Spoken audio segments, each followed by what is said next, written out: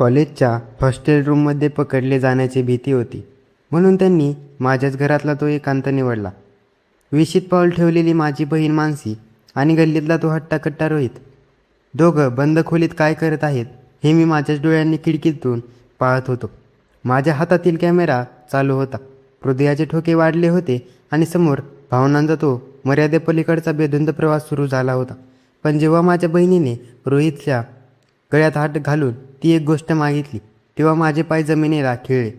काय होतं त्या दोघांचं गुपित सुख जाणून घेण्यासाठी हा व्हिडिओ शेवटपर्यंत नक्की पहा. कॉलेजचं ते सुंदर वातावरण आणि मनातील भावनांचा गुंता कधी माणसाला कोणत्या वळणावर आणून सोडेल याचा नियम नसतो. माझी बहीण मानसी नुकतीच 20 वर्षाची झाली होती. वय 20चं असलं की सौंदर्य कसं अधिकच खुलून दिसतं. तिचा तो सडपातळ बांधा, बोलके डोळे आणि लागवी मिठाच कोणालाही भुरळ पाडेल अशीच होती. कॉलेजच्या मुलांमध्ये तिच्या चालढालीचा आणि नखरे स्वभावाची नेहमीच चर्चा असायची. जणू ती एखादी अतिशय देखणी सौंदर्यवती भासत होती. आमच्याच गल्लीत राहणारा रोहित हा कॉलेजमध्ये मानसीपेक्षा एक क्लास सिनियर होता. म्हणजे रोहित एकदम हट्टाकट्टा, पिळदार शरीर असलेला आणि देखणा मुलगा. त्याच्या चालण्यात एक वेगळी तेढ आणि रुबाब होता. आधी रोहित आणि मानसी यांच्यात फारशी मैत्री नव्हती. रोहित कधीतरी आमच्या घरी यायचा, पण या वर्षीच्या जानेवारी महिन्यापासून त्याचं आमच्या घरी येणं जाणं अचानक खूप वाढलं होतं. मीही विचार केला की दोघे एकाच कॉलेजमध्ये शिकतात, त्यामुळे त्यांच्यात चांगली मैत्री झाली असेल. दोघांना एकत्र अभ्यास करायला, नोट्स शेअर करायला मज्जा येत असे. त्यामुळे मीही रोहितच्या येण्याकडे फारसं गांभीर्याने लक्ष दिलं नाही. आमच्या घरी फक्त मी, मानसी आणि आई असतो. बाबा कामानिमित्त बाहेरगावी असतात. आई तिच्या नोकरीवर जाते आणि कॉलेज संपवून घरी यायला तिला थोडा उशीर होतो. मी सुद्धा कॉलेज संपवून संध्याकाळीच घरी परतायचो, त्यामुळे दुपारी घर बऱ्याचदा मोकळं असायचं. गेल्या काही दिवसांपासून मला एक गोष्ट प्रकर्षाने जाणवत होती. जेव्हा जेव्हा रोहित आमच्या घरी यायचा किंवा मानसी त्याच्याकडे पाहायची, तेव्हा तिच्या चेहऱ्यावर एक मिश्किलपणे उमटणारं खोडकरी मस्ती असलेलं मदाळ हसू असायचं. तिच्या नजरेत एक वेगळी चमक आणि हुरहुर दिसायची, पण मी नेहमी त्या गोष्टीकडे दुर्लक्ष करायचो. एक दिवसाची गोष्ट आहे. नेहमीप्रमाणे मी आणि आई घरातून बाहेर पडायला तयार झालो, पण मानसी मात्र अजून कॉलेजसाठी तयार झाली नव्हती. ती आरामात बसली होती. मी तिला विचारलं, काय झालं मानसी, आज तुला कॉलेजला जायचं नाही का? उशीर होतंय तुला. तिने केसांची बटं कानामागे सारत अतिशय शांतपणे सांगितलं, दादा, आज आमच्या कॉलेजमध्ये एक अंतर्गत परीक्षा सुरू आहे. माझं आज काही काम नाही आहे, त्यामुळे मी आज घरी राहूनच अभ्यास करेन. मी म्हणालो, ठीक आहे, मग तू घरीच राहा. आई नाश्ता करून तिच्या नोकरीवर निघून गेली. मीही नाश्ता केला आणि घराबाहेर पडलो. त्या दिवशी मी कॉलेजसाठी निघालो खरा, पण वाटेत मला वाटलं की आज कॉलेजला तसाही महत्त्वाचा तास नाही आहे. बहीण घरी एकटीच आहे, तर आज आपणही सुट्टी मारावी आणि तिच्यासोबत घरात वेळ घालवावा. हाच विचार करून मी रस्त्यातूनच परत घराच्या दिशेने निघालो. परत यायला मला साधारण अर्धा तास लागला. मी जेव्हा घराच्या दारापाशी आलो, तेव्हा पाहिलं की मुख्य दरवाजा थोडा उघडाच होता. मला नवल वाटलं. मी विचार केला की मानसी गडबडीत दरवाजा बंद करायला विसरली असेल. मी पावलांचा आवाज न करता घरात शिरलो. घरात एक भयान शांतता होती, पण अचानक मानसीच्या खोलीतून कोणाचा तरी बोलण्याचा अस्पष्ट आवाज येऊ लागला. तो आवाज रोहितचा होता. घरात फक्त त्या दोघांचाच आवाज येत असल्यामुळे शांततेत प्रत्येक शब्द स्पष्ट ऐकू येत होते. रोहित अत्यंत हळुवार पण बेधुंद आवाजात मानसीला म्हणत होता, मला आज सकाळपासून तुला भेटायची खूप इच्छा होती, म्हणूनच मी तुला फोन करून कॉलेजला जाण्यापासून थांबवलं. हे ऐकून माझे पाय तिथेच खेळले. पण त्यानंतर मानसीने जे उत्तर दिलं ते ऐकून मी तर थक्कच झालो. ती अत्यंत लाडीक आवाजात म्हणाली, अरे माझं मन तर काल रात्रीपासूनच तुला भेटण्याची अस्वस्थ होतं, पण काय करणार, आई आणि भाऊ घरी होते ना. हे ऐकल्यावर माझ्या मनातील सह्याची खात्री पटली. माझ्या हृदयाची धडधड वाढली होती. मी तिथे शांत उभा राहून मोबाईल काढला आणि पुढची परिस्थिती काय आहे हे पाहण्यासाठी सज्ज झालो. रोहित पुन्हा म्हणाला, आज तर पूर्ण दिवस आपलाच आहे. आज मनातील सगळी ओढ पूर्ण करायची. माणसाच्या खोलीत दरवाजाचा पूर्ण उघडा नव्हता की मला बाहेरून आतलं दृश्य स्पष्ट पाहू शकेल. पण मला लगेच आठवलं की तिच्या खोलीच्या मागच्या बाजूला एक खिडकी आहे, जी गॅलरीच्या दिशेने उघडते, जिथे आम्ही कपडे वाळत घालत असतो. मी अत्यंत सावधगिरीने कोणताही चावल न लागता घराच्या मागच्या बाजूला गॅलरीत गेलो. नशिबाने ती खिडकी अर्धवट उघडीच होती. तिथून आतलं दृश्य अगदी स्पष्ट दिसत होतं. मी वेळ न घालवता माझ्या खिडकीत माझ्या फोनचा व्हिडिओ कॅमेरा चालू केला आणि खिडकीतून आत पाहू लागलो. खोलीतलं वातावरण पूर्णपणे बदललं होतं. तिथे एक वेगळीच रेशमी जवळ निर्माण झाली होती. रोहित बेडवर बसला होता आणि मानसी त्याच्या अगदी जवळ उभी होती. रोहितने अत्यंत प्रेमाने मानसीचा हात आपल्या हातात घेतला होता. त्याने हळूच तिची बोटं कानामागे सारली आणि त्याच्या बोटांच्या मऊ स्पर्शाने तिच्या अंगावर शहारा आला. तिच्या ओठांवरची ती हलकी थरथर त्याच्या नजरेतून सुटली नव्हती. मानसीने त्या दिवशी एक सुंदर टॉप आणि सरसरीत बांधा खुलून दिसेल असा पेहराव केला होता. तिच्या सौंदर्याची मादकता त्या एकांतात अधिकच जाणवत होती. रोहित तिच्याकडे पाहत म्हणाला, मानसी, मी किती दिवसांपासून विचार करत होतो की आपण शांतपणे कुठेतरी भेटावं.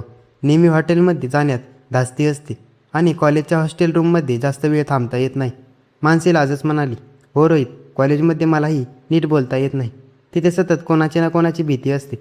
दोघांच्या नजरा एकमेकात गुंतल्या होत्या. रोहित हळूहळू मानसीच्या आणखी जवळ गेला. त्यांच्यातील अंतर आता पूर्णपणे मिटत चाललं होतं. आमच्यातील अंतर इतकं कमी होतं की मला तिचे शब्द नाही तर तिचे श्वास ऐकू येत होते. दोघांच्या श्वासांची उष्णता एकमेकात मिसळत होती. जणू बर्फाला आगीचा स्पर्श व्हावा आणि सगळं काही तिथंच विरघळून जावं. रोहितने मानसीला अत्यंत प्रेमाने आणि हरवाळ स्पर्शाने जवळ ओढलं. मानसीनेही कोणताही हरकत न घेता स्वतःला त्याच्या स्वाधीन केलं होतं. रोहितने मानसीच्या केसांवरून हात फिरवला. तिच्या केसांमधून येणारा तो मोगऱ्याचा सुगंध खोलीत दरवळत होता, जो दोघांनाही अधिकच मदोहश करत होता. मी खिडकी बाहेरून हे सगळं दृश्य माझ्या कॅमेऱ्यात कैद करत होतो. मानसी ज्या मुलाला फक्त एक चांगला मित्र समजत होती, तिच्या मनात रोहितबद्दल एवढी प्रेमाची ओढ असेल याची मला कल्पनाही नव्हती. पण आता मी तिथे मध्येच जाऊन त्यांना थांबवू इच्छित नव्हतो. मला पाहायचं होतं की त्यांच्या भावनांचा हा प्रवास कुठपर्यंत जातो. दोघेही एकमेकांच्या मिठीत हरवून गेले होते. रोहितचा हस्तस्पर्श तिच्या पाठीवरून फिरत होता आणि मानसीच्या शरीरात एक वेगळीच उत्कंठा आणि धुंदी संचारत होती. तिने आपले डोळे गच्च मिटून घेतले होते. त्यांच्या या एकांतातील गुपित सुखाची आणि रोमांचची खरी सुरुवात आता होणार होती. खिडकीबाहेरची ती शांतता आणि खोलीतल्या आत सुरू असलेली ती रेशमी जवळे. मी माझ्या मोबाईलच्या कॅमेरा स्थिर ठेवून आतलं प्रत्येक दृश्य टिपत होतं.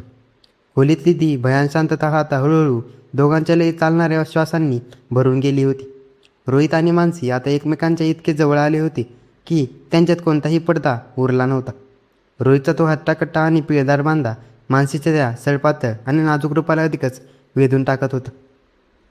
मानसीच्या चेहऱ्यावर एक वेगळीच मादकता पसरली होती. तिचे ते बोलके डोळे आता अर्धवट मिटले होते, जणू ती एका वेगळ्या स्वप्नात अनुभवात हरवून गेली होती. रोहितने मानसीच्या कमरेभोवती आपला हात अत्यंत हलकेच फिरवला. त्याचा तो रांगडा स्पर्श जाणवताच मानसीच्या अंगावर शहाऱ्यांची एक लाटच उसळली झाली. तिने नकळत रोहितच्या शर्टची कॉलर आपल्या नाजूक बोटांनी घट्ट पकडली. तिने त्याच्या शर्टची कॉलर हळूच पकडली आणि त्याला आपल्या जवळ खेचले. त्या क्षणी फक्त त्यांच्या श्वासांचा आवाज खोलीत गुंजत होता. दोघांच्या श्वासांची उष्णता एकमेकात मिसळत होती, जणू बर्फाला आगीचा स्पर्श व्हावा आणि सगळं काही तिथेच विरघळून जावं. रोहितच्या मनातील संयम आता हळूहळू सुटत चालला होता. समोर उभं असलेलं मानसी तिथे अतिशय देखणं आणि मोहक रूप पाहून त्याची उत्कंठा शिगेला पोहोचली होती. तिची मखमली त्वचा आणि तिच्या केसांतून दरवळणारा तो मोगऱ्याचा सुगंध रोहितला अधिकच बेधुंद करत होता. त्याने आपली नजर तिच्या चेहऱ्यावर स्थिरावली. मानसीच्या ओठांवर उमटलेलं ते मदाळ हसू आणि तिची ती लागवी मिठास रोहितला पूर्णपणे पछाडून टाकत होती. रोहितने अत्यंत हळुवारपणे मानसीला मागे सरकत बेडवर बसवले. मानसीच्या मनात चालू असलेली धडधड आणि अस्वस्थता तिच्या चेहऱ्यावर स्पष्ट दिसत होती. पण त्या अस्वस्थतेत एक अनामिक सुकवणारी ओढ होती. त्याने हळूच तिची अनवटी वर उचलली. तिचे थरथरणारे ओठ बरंच काही बोलू पाहत होती, पण शब्दांऐवजी फक्त सुस्कारे बाहेर पडली. तिच्या मानेजवळ त्याच्या श्वासाची उष्णता इतकी वाढली होती की तिला स्वतःचाही अस्तित्वाचाही विसर पडला होता. रोहितने तिचा गोरा नाजूक हात आपल्या हातात घेतला आणि तो चोरून हात शोधणे आता एक घट्ट विश्वासात बदललेले होते. रोहितच्या बोटांचा स्पर्श जेव्हा तिच्या हाताच्या तळव्यावर झाला तेव्हा मानसीच्या काळजाचे ठोके वेगाने वाढले लागले. त्याने तिचा हात आपल्या हातात घेतला आणि त्याच्या बोटांच्या स्पर्शाने तिच्या काळजाची धडधड थेट त्याच्या हाताला जाणवू लागली.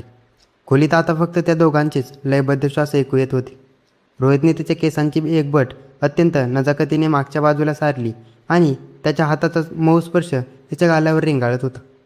मानसीने लाजेने आपला चेहरा रोहितच्या रुंद छातीवर लपवला. रोहितच्या पेदार शरीराची उपतीला एका वेगळ्याच विश्वात घेऊन गेली होती. रात्री त्या एकांतात शब्दांनी पूर्णपणे रजा घेतली होती आणि भावनांनी संपूर्ण ताबा मिळवला होता. रोहितने मानसीला दोन्ही हातांनी कवटाळली आणि तिला अत्यंत घट्ट अशा आलिंगनात घेतले. शब्दांनी जे सांगता येत नव्हतं ते आता त्याच्या एका घट्ट मिठीने सांगून टाकलं होतं. तिच्या कमरेभोवती त्याचा विळखा घट्ट झाला आणि तिने आपला चेहरा त्याच्या खांद्यावर लपवून स्वतःला पूर्णपणे झोकून दिलं. मानसी आता पूर्णपणे मदोष झाली होती. रोहितचा प्रत्येक स्पर्श तिच्या शरीरात वीज संचारावी तसा नवा उत्साह आणि उत्तेजना आणत होता. रोहितने तिची पाठ सारवली आणि त्याच्या त्या हस्तस्पर्शाने मानसीच्या पाठीवर एक नवा शहारा उमटला. मानसीने रोहितच्या पाठीवर आपली घट्ट हात रोवली, जणू तिला हा क्षण कधी संपू द्यायचा नव्हता. दोघांच्या शरीराची उष्णता आणि खोलीतलं ते रोमॅन्टिक वातावरण आता आणखीनच बेधुंद आणि आवेशपूर्ण होऊ लागलं होतं. दोघांमध्ये अंतराची कोणतीही मर्यादा आता उरली नव्हती. मानसी पूर्णपणे स्पर्शवेडी झाली होती आणि रोहितच्या मिठीतली त्या उबदार स्पर्शात स्वतःला विरघळवून घेत होती. मी खिडकीबाहेरून हा सगळा प्रकार पाहत होतो. कॅमेऱ्यात कैद होणारा हा क्षण म्हणजे मानसी आणि रोहितच्या आयुष्यातील एक असं गुपित होतं ज्याची कल्पना घरच्यांपैकी कोणालाच नव्हती. पण त्यांचा हा प्रेमाचा अनोखा प्रवास इथेच थांबणारा नव्हता.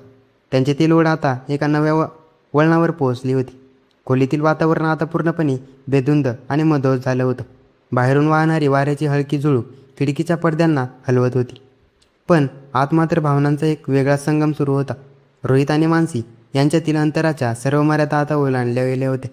दोन शरीर आणि दोन आत्मे एकमेकात विलीन होण्याचा हा एक स्वप्नात अनुभव होता.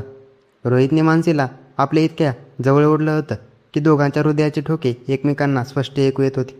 मानसीच्या सौंदर्याची मादकता आणि तिची ती कांचनकांती त्या अंधुक प्रकाशात एखाद्या अप्सरेसारखी चमकत होती. रोहितची ती बेधुंद नजर तिच्या शरीरावर खेळली होती. त्याने तिला आपल्या इतक्या जवळ ओढलं होतं की तिच्या हृदयाची धडधड त्याच्या स्वतःच्या छातीत जाणवू लागली होती. तिच्या ओठांवरची ती हलकी लाली आणि त्याची ती बेधुंद नजर. त्या रात्री वेळही आपली वाट विसरली होती. रोहितने अत्यंत हळुवारपणे मानसीचा चेहरा आपल्या दोन्ही हातात घेतला. मानसीच्या श्वासांचा वेग वाढला होता. तिच्या शरीरात एक अनामिक उष्णता आणि उत्तेजना निर्माण झाली होती. तिच्या मानेवर रोहितचा उबदार श्वासांचा स्पर्श होताच तिच्या डोळ्यात एक वेगळीच नशा उतरली. तिच्या मानेवर त्याच्या श्वासांची उष्णता इतकी वाढली होती की तिला स्वतःच्याही अस्तित्वाचाही विसर पडला होता. दोघांच्या नजरा अशा बेडल्या होत्या की पापणी लवण्याचं बाणही कोणाला उरलं नव्हतं. रोहितने आता मानसीला पूर्णपणे आपल्या बाहूत वेधून घेतलं होतं. तिचा तो लवचिक आणि सरपातळ बांधा रोहितच्या पिळदार शरीराला पूर्णपणे बिलगला होता. रोहितने आपली बोटे तिच्या कानामागे त्वचेवरून फिरवायला सुरुवात केली, ज्यामुळे मानसीच्या अंगावर नक्षीकांतशहारी उमटली. त्याच्या नाजूक हातांची त्याच्या पाठीवर घट्ट पकड मजबूत केली होती, जणू तिला तो क्षण कधी संपू द्यायचा नव्हता. दोघांच्या श्वासाची उष्णता एकमेकात मिसळत होती, जणू बर्फाला आगीचा स्पर्श व्हावा आणि सर्व काही तिथंच विरघळून जावं. मानसी आता पूर्णपणे बाण हरपून रोहितच्या प्रेमाच्या रंगीत रंगली होती. तिने आपले डोळे गच्च मिटून घेतले होते आणि रोहितच्या प्रत्येक स्पर्शाला ती अधिकच उबदार प्रतिसाद देत होती. खोलीत आता फक्त त्यांच्या लयबद्ध श्वासांचा आणि हृदयाचा धडधडीचा आवाज येत होता. रात्री त्या एकांतात शब्दांनी रजा घेतली होती आणि भावनांनी संपूर्ण ताबा मिळवला होता. आम्ही दोघं इतके जवळ होतो की दोन शरीरं नसून एकच जीव असल्याचा भास होत होता. रोहितने मानसीच्या कपाळावर आणि गालावर अत्यंत हळुवारपणे आपले ओठ टेकवले. त्या चुंबनाने मानसीच्या मनातील उरली सुरली अस्तित्वाचाही दूर पळाली. तिच्या चेहऱ्यावर एक अत्यंत सुखावणारे आणि तृप्ततेचे भाव दिसले. तिच्या उबदार श्वासांनी त्याच्या मानेवर एक वेगळी जादू केली होती, जी त्याला अधिकच वेळ लावत होती. दोघांची शरीरे एकमेकात अशी गुंतली होती की त्यांना वेगळं करणं आता काळालाही अशक्य होतं. हा मानसी आणि रोहितचा प्रेमाचा असा एक अनोखा प्रवास होता, जो जगाच्या नजरेपासून दूर एकांतत्यात त्या गुपित सुखात विरघळत होता. खिडकीबाहेर उभा राहून मी हे सगळं दृश्य कॅमेऱ्यात कैद केलं खरं, पण त्यांच्या चेहऱ्यावरचा तो आनंद आणि एकमेकांबद्दलची ती अथांग ओढ पाहून मला समजलं की हे केवळ आकर्षण नव्हतं, तर दोन मनांचं अतूट बंधन होतं. मी शांतपणे तिथून पाऊल मागे घेतलं आणि त्यांच्या या सुंदर जगाला धक्का न लावता कथेचा हा अनमोल क्षण माझ्या कॅमेऱ्यात आणि माझ्या मनात साठवून ठेवला होता.